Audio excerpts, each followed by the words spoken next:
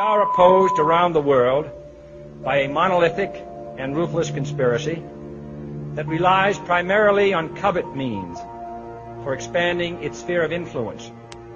It is a system which has conscripted vast human and material resources into the building of a tightly knit, highly efficient machine that combines military, diplomatic, intelligence, economic, scientific, and political operations. Its preparations are concealed, not published. Its mistakes are buried, not headlined. Its dissenters are silenced, not praised. Americans, mobilize. Stand together, stand tall. Tell the government you're mad as hell. No longer cooperate with the government. Do not accept the national ID card. Do everything in your power to restore freedom and your individuality back to America. Stop being a country run by the institutions for the institutions. Let's go back to we the people, by the people, for the people, as opposed to we the institution, by the institution, for the institution. Stop being scared. We have to stand up and do what's necessary to take back, to stop these bankers, this elite, this government full of lies, congressmen full of liars. As Iraq Veterans Against the War, we are resisting an occupation we once risked our lives for. We swore to support and defend the Constitution of the United States of America, but we found out the hard way that the greatest enemies of the Constitution are not to be found in the sands of some far-off land, but rather right here at home. When injustice becomes law, resistance becomes duty. It is time we start meeting oppression with resistance. They cannot stop us. Humanity marches on. The utmost manifestation of love and devotion to America is today, as it always has been, resistance of tyranny.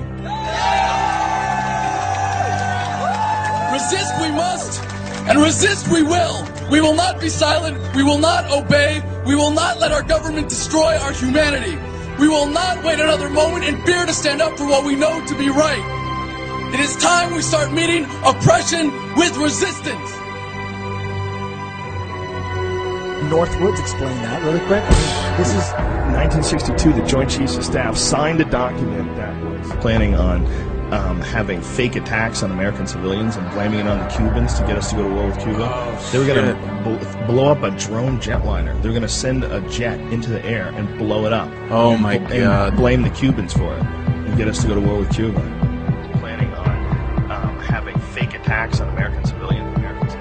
The time when the operation of the machine becomes so odious, makes you so sick at heart that you can't take part. You can't even passively take part. And you've got to put your bodies upon the gears and upon the wheels, upon the levers, by all the apparatus, and you've got to make it stop. And you've got to indicate to the people who run it, to the people who own it, that unless you're free, the machine will be prevented from working at all. I served with Kilo Company, 3rd Battalion, 8th Marines as an automatic machine gunner. There's a term, once a Marine, always a Marine, but there's also the term, eat the apple, F the Corps. I don't work for you no more. And I'm a Marine. I took an oath to defend the Constitution. The Constitution! I didn't take an oath to defend these banksters. And I guarantee you, all you devil dogs out there need to rise up and take over this country and defend the Constitution against these punks. Okay, I'm sick of it too, Alex. You know, I'm a Marine, but I'm sick of this. You know, they're using us and they're sucking us dry and they are destroying us.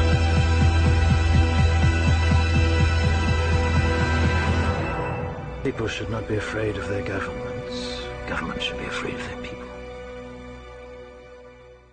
Councils of government, we must guard against the acquisition of unwarranted influence, whether sought or unsought, by the military-industrial complex. The potential for the disastrous rise of misplaced power exists and will persist. We must never let the weight of this combination endanger our liberties or democratic processes.